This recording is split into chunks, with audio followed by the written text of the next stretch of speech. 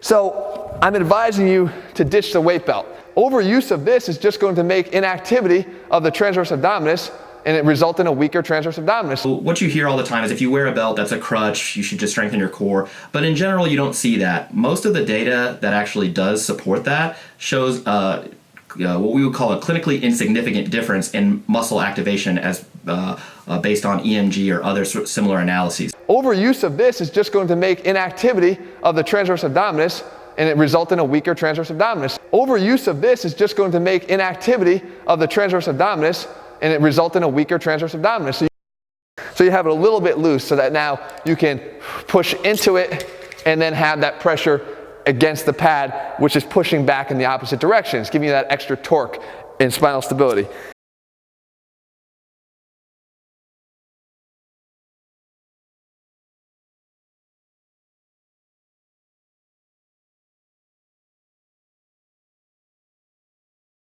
It's giving you that extra torque and spinal stability. It's giving you that extra torque and spinal stability.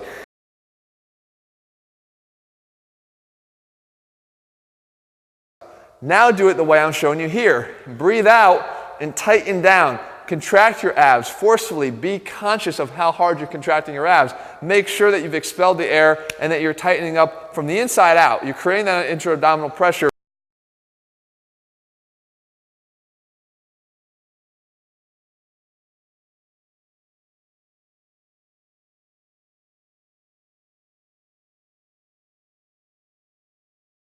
Look in your setup, you realize that I don't have all that much leverage here when I do with my shallower rib cage and flatter chest to get much force here on the bench press, right? As my arms travel in line with that middle of deeper chest. From here, again, now there's a little bit shorter distance, but not much. I can definitely push with a lot more force.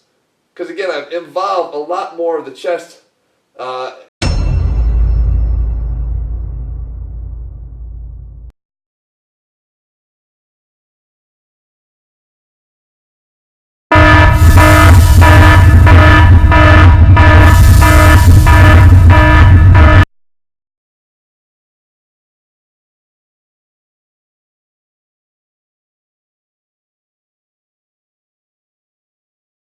Okay, let's take a quick look at the credentials.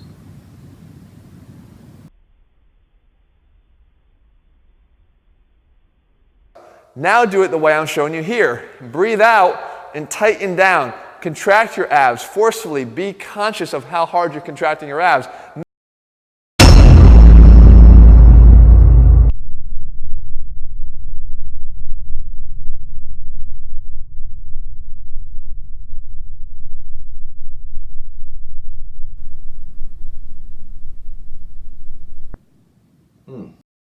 So he's clearly a fan of combining exercises, right? Which has always been one of my biggest pet peeves. You can't ride two horses with one ass, and by trying to combine two exercises into one, you simply miss out on the true benefits of both. But absolutely, if you are training athletes, it is highly useful and beneficial to train multiple movements for coordination, etc.